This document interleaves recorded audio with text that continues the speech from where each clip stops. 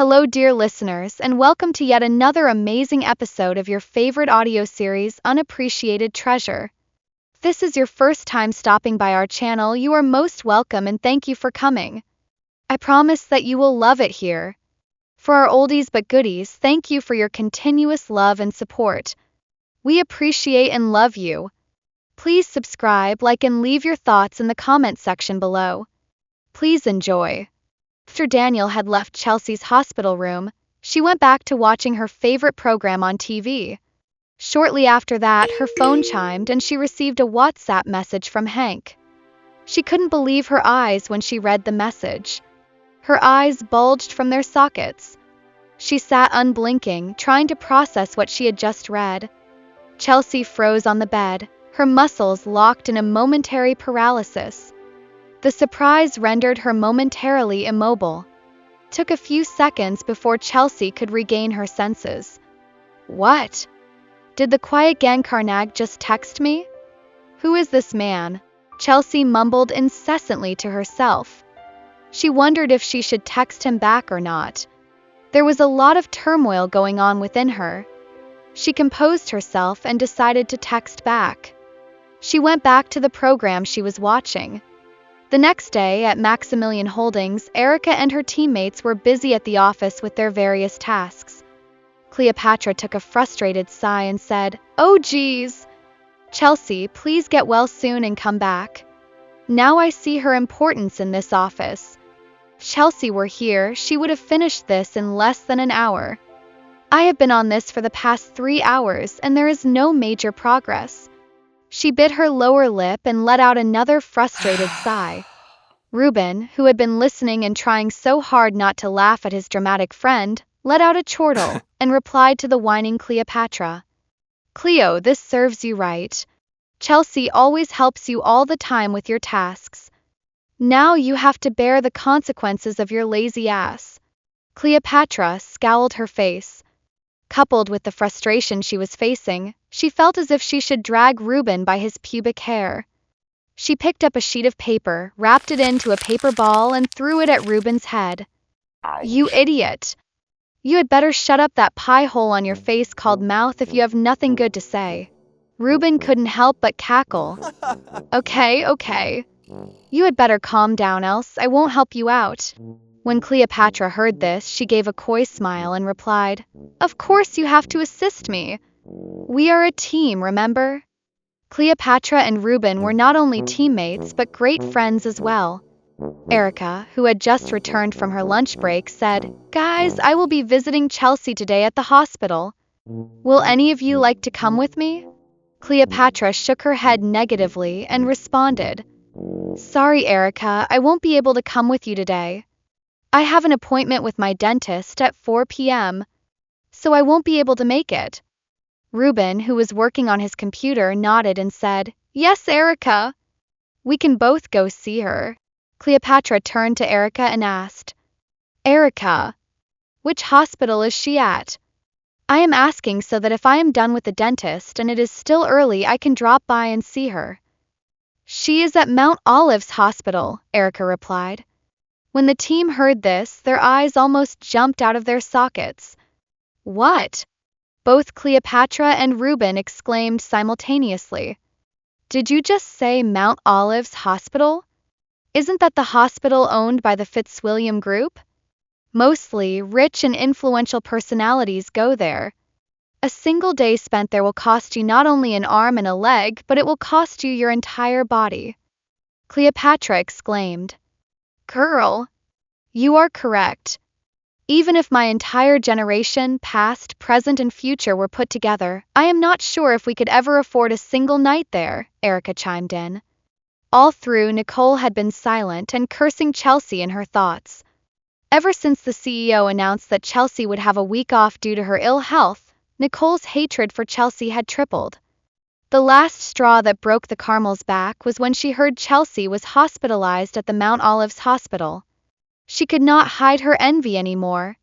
She stood up like a wounded lioness. Her nostrils flared as she stared at Erica. She screamed, "Enough!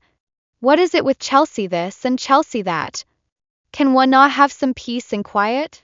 The three teammates turned to Nicole, who looked like a boiling teapot, fuming with rage. Nicole, are you sure this is not the next level of your madness? I think it is high time you paid a visit to the psychiatric hospital. You are slowly losing your mind. Cleopatra spat back. Nicole stomped her feet and walked into the bathroom. She opened the faucet at the sink and dampened her enraged face with some fresh water. She stared in the mirror and muttered to herself, "That bitch!" How was she able to get Mr. Maximilian wrapped around her little finger? I am certain he is the one paying for her medical bills at Mount Olive's hospital. I have done virtually everything in the past 3 years to have his attention, but he never spared me a glance. But that social climber came in just a year ago and he is at her every beck and call. I guess it is time everyone saw you for who you truly are, Chelsea. Cole gave a wicked smile.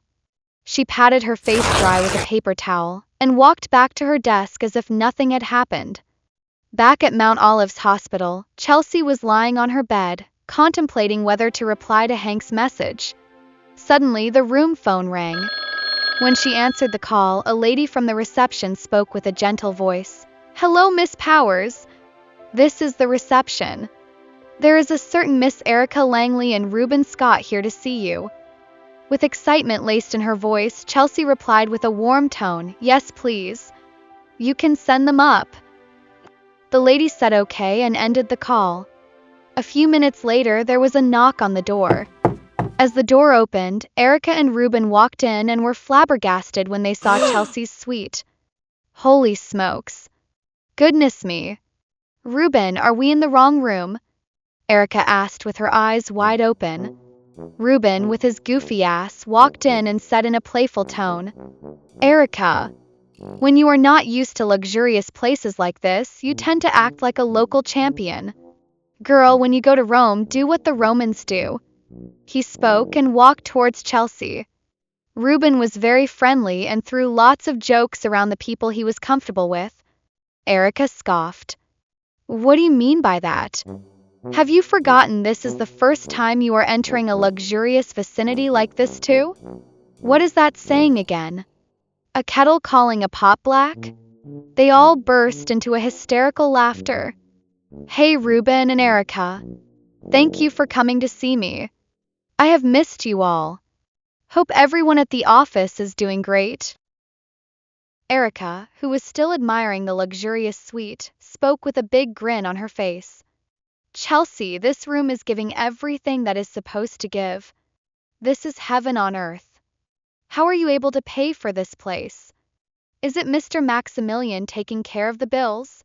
Chelsea didn't want to discuss her personal affairs with Erica and Reuben. As much as they were all teammates and kind to her, she still didn't trust them completely. She knew they had loud mouths and would take things out of proportion. She had already prepared what to tell them if they asked. She cleared her throat and replied, "No, Erica. It isn't Mr. Maximilian. One of the charity organizations that I usually volunteer for brought me here. They took care of the bills and every expense." The lie was believable because her teammates all knew Chelsea loved attending charity events and even volunteering for some of them during weekends. "Wow. That is so cool, Chelsea. I really envy you, girl. Anyway, I am so glad you are getting much better. And lest I forget, do you know Mr. Kyle Hastings was fired 3 days ago?" Erica uttered. Chelsea's eyes bulged out in surprise. She remembered what Kyle had done to her the previous weekend and asked, "What? Erica, why was he fired?" Erica shrugged her shoulders and replied, "I am not quite sure what he did, but I heard from the grapevine that he messed up with the CEO and stepped on the toes of someone so dangerous. He has been blacklisted in London." When Chelsea heard this, her heart skipped a bit and she thought to herself, "Oh God. I hope I am not the reason he has been blacklisted. But wait, it can't be me. I haven't mentioned him harassing me to anyone, not even Mr. Maximilian." Chelsea cleared her throat and said, "Well, that is sad to hear. I hope he is doing okay." Erica scoffed and replied, "That serves him right. He has always been so supportive of Nicole. always making her team win. This isn't because Nicole's team actually deserved it, but because he was sleeping with Nicole. Chelsea didn't want to engage in the gossip anymore and said, "Guys, there are fresh fruits here. You both can have some." Ruben, who wasn't interested in Erica's gossip, walked over to the center table and grabbed an apple. They ate and chatted for some time before Erica and Ruben bid goodbye and left. A few hours had passed, and Dr. Montague walked in with some papers and spoke with a smile. "Miss Powers, I guess your time here with us has come to an end. These are your discharge papers. Ensure that when you get home you should eat properly and rest properly, okay?" Chelsea nodded with a smile and thanked Dr. Montague. As Dr. Montague left, Asher walked in wearing a black suit and spoke with a polite tone. "Hello, Miss Powers. My name is Asher and I will be your chauffeur for today." Chelsea returned the smile and asked, "Were you sent by Gankarnag?" Asher couldn't hold in his smile and responded, "Yes, ma'am. My boss asked me to take you home." He walked over and grabbed Chelsea's bag, which was already on the table, and said, "Whenever you are ready, ma'am." Chelsea was lost for words and just nodded. She walked out of the room and into the hallway. They took the lift, which brought them to the underground parking lot. Asher directed her to a jet black luxury car. It was a black Mercedes-Benz S-Class. Asher opened the rear door and ushered Chelsea in. This was the most luxurious car Chelsea had ever ridden in. When they were on their way, Chelsea said, Asher, let me give you my address." Asher looked at the rearview mirror and replied with a smile, "Don't worry, Miss Powers. I know your address." Chelsea just nodded. But deep within her, she was having different thoughts and feelings, all waiting to erupt like a volcano. She was contemplating asking about the quiet Gankarnag.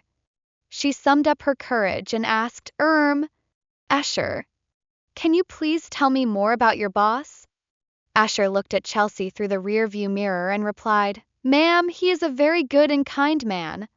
If you have any more questions, please wait and ask him when he gets back. I am certain he will answer every question." Chelsea was already tired of everyone saying he would answer her questions when he gets back. She frowned and just leaned back in the car. They arrived at Chelsea's apartment and Asher helped her inside. He bid Chelsea goodbye and left. Chelsea was so happy to have returned to her house. "My, oh my, how I have missed my little house." Chelsea spoke while hugging a chair pillow. Before she could unpack her bag, there was a ring on the doorbell. Who could it be at this time? Chelsea muttered to herself. She walked to the door and opened it. There was a middle-aged man standing with a black bag in his hand. "Hello, Miss Powers. My name is Nathan and I have brought your dinner." Before she could ask who had sent him, her phone chimed in her denim pocket. She took out the phone and a message from Hank read, "Hello, Miss Fairy. I have instructed my butler, Nathan, to bring you meals until you get better. Take care of yourself and stay safe." Chelsea was already tired from the constant surprises coming from Hank. She placed her phone back in her pocket and collected the bag from Nathan. "Thank you, sir," Chelsea said. Nathan just bowed and left. Chelsea was actually starving. She hadn't had anything to eat since lunch. She opened the bag and there were different varieties of food, most especially vegetables and lean protein meat. The aroma from the food could wake a sleeping person. She placed some of the food on a plate and ate until her stomach couldn't take any more food. She placed the rest of the food in her refrigerator. She went into her bathroom and took a long warm shower and came back to her bedroom. It was almost midnight and she was contemplating if she should text Hank or not. Oh my goodness, Chels. Just text this guy and thank him for the kind gesture and for taking proper care of you. That is the right thing to do as a grateful human being. She muttered to herself. Chelsea was conflicted between sending Hank a text and not sending him a text. She took a deep breath and decided to text him. "Hello, Gankarnag. Thank you for bringing me to the hospital when I was sick and for all the things you have done as well. I appreciate it.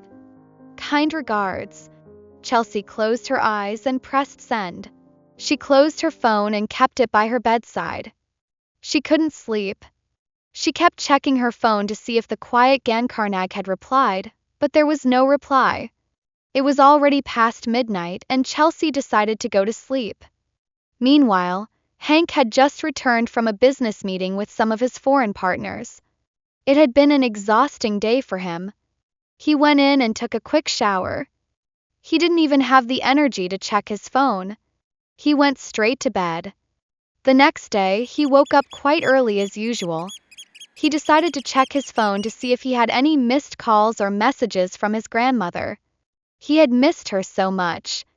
When he checked his phone and saw Chelsea's message, his happiness knew no bounds. Exuberance bubbled inside of him. Exhilaration flashed in his eyes, dilating the pupils of his eyes to the size of 2 teacup saucers. Oh my goodness! My little fairy sent me a message. He mumbled to himself. He checked his time and it was 6 in the morning. He replied to Chelsea's message and scheduled it to be delivered at around 8 o'clock in the morning. He thought Chelsea would still be sleeping and thus, he didn't want the notification sound waking her up. Hank was so considerate. After sending the message, he took his coffee and headed out of his hotel room. He met with Gina, who was already waiting for him in the corridor. "Good morning, boss." Gina greeted him. Hank, who was normally not known for small talk and unnecessary interactions, gave a smile and replied, "Good morning, Gina. Let's go sign these deals." As he spoke, he majestically walked ahead while Gina followed behind him. Wait a minute. Is this my boss? Since when is he responding to my greetings? He even smiled. These were the thoughts running through Gina's mind. This was the first time Gina had ever seen her boss smile in all her 8 years working for him. Gina was surprised, but not all surprised because, ever since Chelsea came into Hank's life, her boss had become more human. He sometimes even complimented her work. Something he wasn't used to doing. Gina smiled back and replied, "Sure, boss." They walked to the elevator and down to the front of the hotel where a luxurious car was waiting for them. They got into the car and drove off. Back in London, it was already 9 in the morning. Since Chelsea had slept late, waiting for Hank's message, she got up quite late as well. She felt well rested and walked to the bathroom. For some reason, she was in a happy mood. She sang along as she took her time in the shower and felt quite energized. When she was done, she went in and picked up her phone to see if Hank had replied to her message. Lo and behold, he had. A flash of excitement flashed across her face. She hurriedly opened the message and it read, "Hello, my little fairy. I am so happy reading from you. Today is indeed going to be a great day. Sorry I couldn't reply earlier. Yesterday was quite exhausting and I didn't have the time to check my phone. I have to go now, but we'll check on you later. Take care of yourself and remember not to skip your meals." Chelsea's face turned red like an overripe tomato when she realized Hank had called her his little fairy. What are you doing, Chelsea? Stop putting meaning into everything. He is just being kind because you helped him back at Mount Halo. Don't expect anything from him. Remember to guard your heart, you this little idiot, Chelsea reminded herself. She went into the kitchen and made some toast and eggs for breakfast. The weather was great, not too hot nor cold. Chelsea decided to take a walk around her neighborhood. As she stepped out of her building, she saw someone she wasn't expecting standing in front of her apartment complex. "Mr. Hastings? What are you doing here?" Chelsea asked Kyle with her eyes depicting surprise.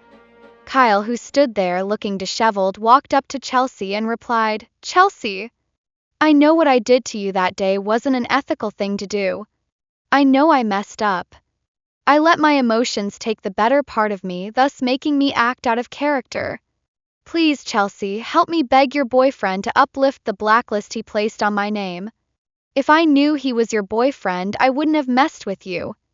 Please, Chelsea, I am begging you." Kyle whimpered as he pleaded with Chelsea. Chelsea was taken aback by what Kyle had said. "What are you talking about? What boyfriend? she asked with her mouth wide open. Chelsea, I promise never to disturb your peace ever again. I promise this is the last time I will ever show my face before you. Please just help me beg your boyfriend.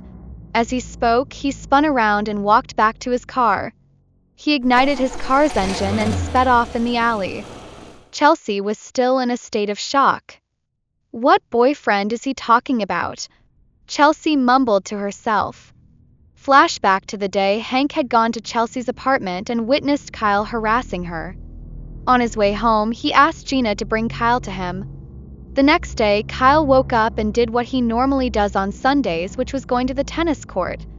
Before he could enter the court, two men dressed in black suits and black shades grabbed him and shoved him into a van.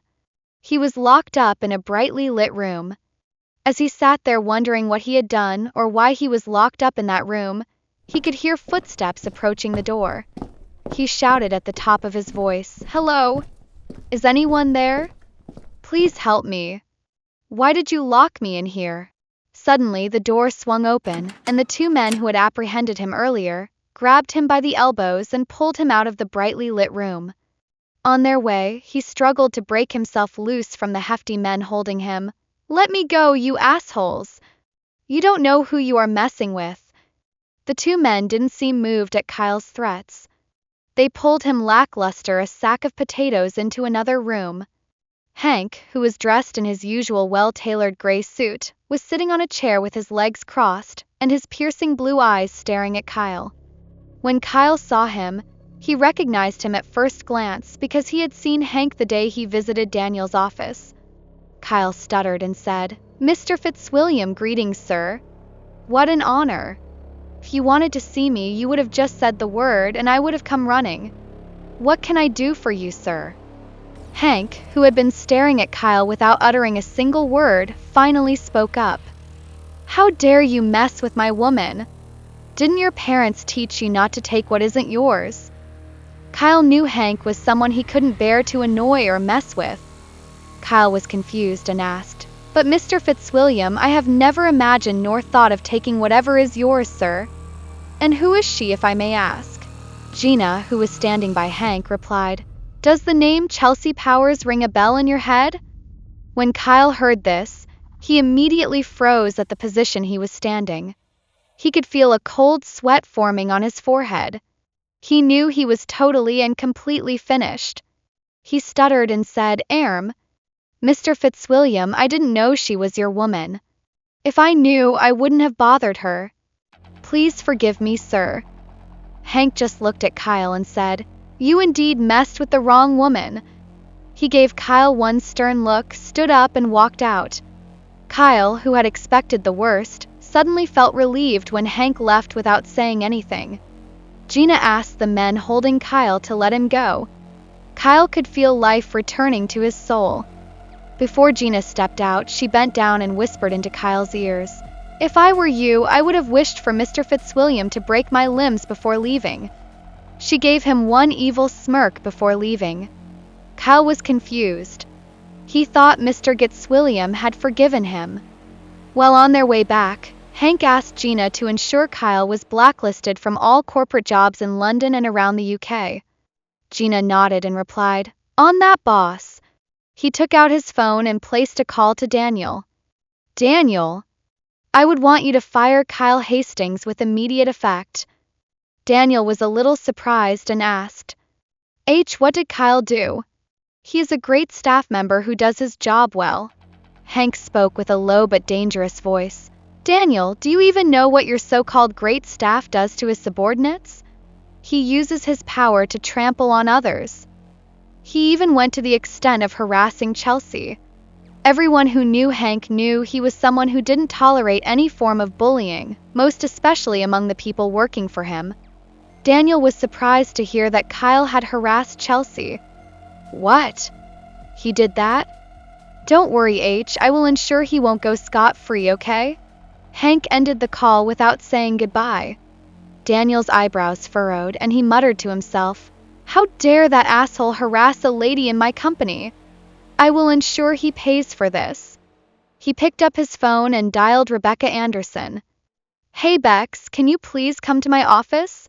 Rebecca, at the other end of the line, said she would be there. Took about 5 minutes and Rebecca arrived at Daniel's office. You sent for me. Daniel asked her to sit down. Becky, please, I need you to tell me the truth. Have you heard any rumors of Hastings harassing his female colleagues? Rebecca was someone who wasn't cut out for gossip. She was someone who minded her business and didn't get involved in private matters regarding others. She took a deep breath and said, Daniel, I don't get myself involved with office gossip. But as a friend, I can only confirm to you what I have seen, and not what I have heard.